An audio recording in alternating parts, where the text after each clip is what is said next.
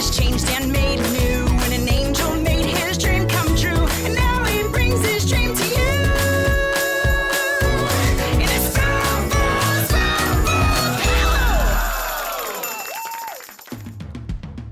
Hey big dreamers, I'm Paolo Presta and welcome to Spoonful of Paolo. Today, we are talking with HGTV's original design star, David Bromstad. Now, he's the first winner of the design competition show, and since then, he's been all over HGTV, judging, hosting, mentoring, and of course, designing. Now, David hasn't stopped dreaming because his dreams are getting bigger and bigger, and he's here in our studio. Can't wait to go talk to him.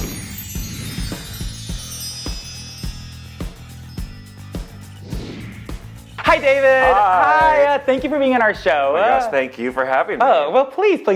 You know, I was just said in our intro, what is so cool about you is that obviously, you're the first winner of Design Star, okay? Kelly Clarkson of Design Star. Yes, that's exactly, okay? But what's so cool is that you've been able to keep that title, which is phenomenal, which is great. But what was your life like before that? Like, how was things going for you? I loved my life. I was a starving artist. I was barely making ends meet, but I was doing exactly what I wanted to do, and that was create beautiful creations. Whether that was fine art or kids' rooms or furniture or props, whatever it was, as long as I was being creative, I was happy. I made my own schedule back then. And now it was lovely. It was lovely.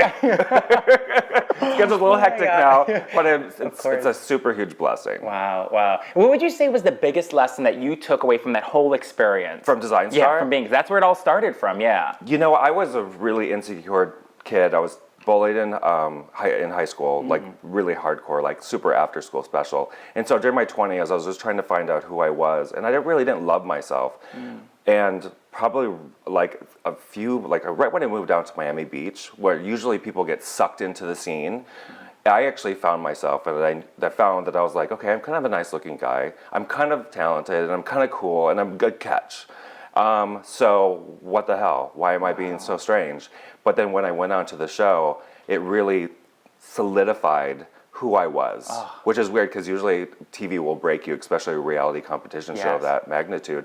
But it made me, and I realized that I'm awesome, and this is who I am, and I am not going to make any excuses for it ever again, and it's just been a great ride since then. Were you out when you auditioned for the show? Were you out already, or did that take a couple years? I came out at 22, but back then, it was 8 years ago when we did the first competition, and being out was still something that was kind of, do I do this, do I not? Is this going to hurt your career, or is this okay? Yeah, and my partner, who I've been with for 10 years, he said don't. He said, do not go out, don't be a gay person on TV. And I was like, well, let me decide right when the cameras start rolling. Right when the cameras start rolling, I was like, I cannot not be myself because that's just fake. And I told myself that I'm comfortable with who I am. It wasn't like this big moment where I came out to the whole cast and gathered everybody around and like, I'm gay. I'm like, that's not my style. But it's just great because it's like what we see with Oprah, with Ellen, is that you have to be authentic, you have to be yourself, and that's what you did. Because if you're hiding that, the audience knows. They know. Yeah, exactly. They know that you're hiding something inside there, and it's not real, and then you lose your audience. So I think that's why people love you, is because you're just being who you are. Well, and one of the executive producer who she was Sally Ann Solsano. She actually created what's that crazy show? Jersey Shore. Oh, Jersey Shore. Oh God, hello. So she created that. She was the executive producer. She sat us down and said, "Be yourself, because you know what? America will see right through you." Wow. And I was like, "Here we go. I'm gonna be myself." So. Oh my God, that's so awesome. Yeah, it was amazing. I know that a couple weeks ago you put on social media, you put this, okay? You said that you're in LA working on a new show coming out this summer for HGTV. What can you say about that? And don't say, well, I can't talk about it. Just say something that... I'll say it. I'll say as much as I can. It's a reality competition show.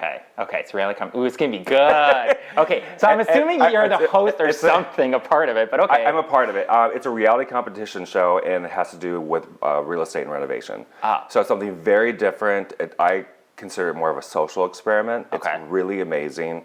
We're putting these people through some serious games they're just going through it. I know what they're going through, but this is kind of like 10 times harder. So I feel for them. But I'm there to help them along and give them encouragement. And Did you hear that? This is gonna be good. This is it's gonna be really good. It's gonna be really, really good. You know, I'm just curious. Growing up, did you ever think that anything was possible? That you would be able to like follow your heart and live your dream? Like, did you know that was gonna come to you? Did it take a lot of hard work? You know what? When I was a kid, I was a dreamer. You know, and I didn't think that any of my dreams could be squashed. But I grew up in a really small town, and you know, I saw where my brothers and sisters and family members went, and they just didn't go so far. But for me, I was like, there's something better there. I just didn't know what it was. Like, television was never in my thought process, but being a success was always something that I wanted to be. But I didn't know how to get there. And it took all of my 20s, where I was learning who I was, to figure out what I wanted to do. And then being on TV, it was like, okay, yeah, I'm going to be on TV.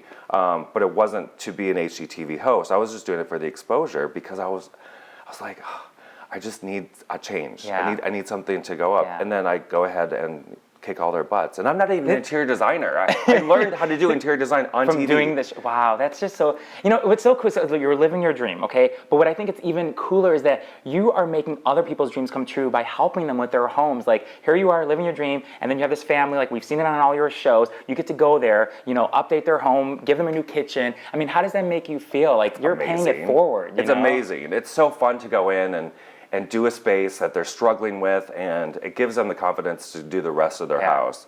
And I'm always pushing color, but always in a really nice way, because everyone wants it. They just don't know how to put it into their space. Yeah. So I love it. I mean, every time they see a reaction, it's just like, oh, you know the color, man. heart. That's why I'm wearing my color shoes. Hello, look at this, okay? I got colored socks on. That looks good. You know, speaking of color, you know, how do the people, you know, choose to surround themselves? Like, when they choose a color, how important is that for them to like choose that color? Because it affects their emotions. Absolutely. I mean, whether you wear like a red sweater or a black sweater, like, what would you say about that? I mean, it's really important. Color impacts our life so deeply and so innately that we don't realize it. You know, there's certain colors that, especially if you paint your house yellow, like a bright yellow inside, well, that tends to make you irritable because it's the hardest color for your eye to look at.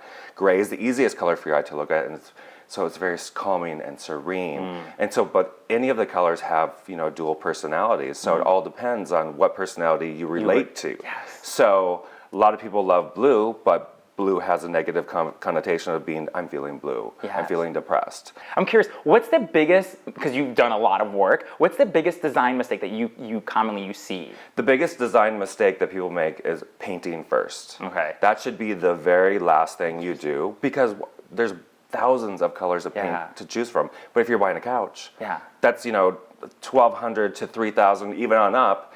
What do you, I mean, really, what's more important? So you work your biggest piece of furniture, you go down to your rugs and your chairs and your lighting, and then your draperies, and then you do your paint color last, because you can match any color paint. Yeah, we did that with this room. We did the painting after. It was a beige color, and then we did the color after. Does it look okay there? It looks great. I love it. I love your pops of orange. Approved. Approved.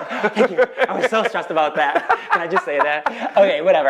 Okay. I can tell you've actually been vacuuming your couch. It's hilarious. He noticed it. No one ever notices that. No, and if they do, they make fun of us. So thank you. We did that for you. So I love it. Okay, good. Because my partner does the exact same thing. He's a neat freak. And I love it because I don't have to do anything.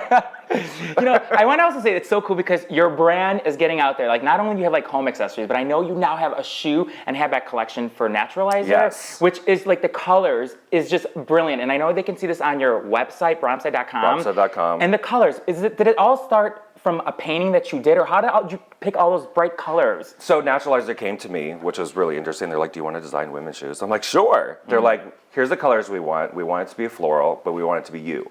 So I painted a painting, and they turned it into shoes and handbags. Wow. It was amazing. So, okay, because now you are the genius. Like I said it 3 times. Yes, you are. You're the first winner of Design Star. We thought we're going to play a fun game, okay? Love games. I'll tell you what it's called. It is called Famous First, okay? So you have a minute. Oh gosh. And basically, you're not gonna be bad. I'm gonna show you. Look, hold on. I'm gonna show you the 6 contestants who were the very first winners of each show. Oh, I can match that. Okay, yes. I can match that. That's so easy. yeah, you have to just match them. Are you ready? So let me start the timer. Kelly Clarkson. Wait, don't say it now. I didn't start the timer. Hold on a second. Okay, and okay, go. So the first one, Adrienne Curry. Adrienne Curry is America's Next Top Model. Okay. Jay McCarroll. Jay McCarroll is Project Runway. Okay. Richard Hatch. Survivor. Okay. Survivor. Right here. Oh, there, okay. Okay. Bibi Zahara Benet. RuPaul's Drag Race, my favorite show in the world. You're doing this is way too easy. Kelly Clarkson. Hello. Hello, Okay. There American we know. Idol. Okay. And Bill Ranzik. The Apprentice. Okay. Hold on. Let's just see if we got this right. Are you sure about this? Positive, 100%. All right, let's just see if you did it. Hello. Yeah, you did it. Really good. Okay, maybe we should put something a little more complicated, but good job. No. I like to be perfect. Well, I said we're gonna play an easy game, just have fun, and you are a genius, and you did it under a Love minute, so it. you're a genius. You know, I really do want to say that you really inspire us all because I look at your career and how you took action of it, and it should like show us all like if there's something you believe in, go for it, and don't let Absolutely. no one stop you. Absolutely. So I just admire you. Thank you very much, and I admire what you're doing. Thank I think you. it's Thank you. incredible. You're spreading the word of positivity, Thank you. and that is such a rare thing these days, and it's always nice. You're just so smiley. It's so fun. Okay, it's not about me, it's about you. It's about No, him. Okay, it's about you. No, for more information, go to his website, bromstad.com, and I just think you're awesome, and thank you think for being you're in our awesome. show. Thank you very much. Okay, best of luck to you, my Yes, friend, thank okay? you. Bye! Bye, if everyone, see you next time at a Spoonful of Paolo. Thank you! Yay!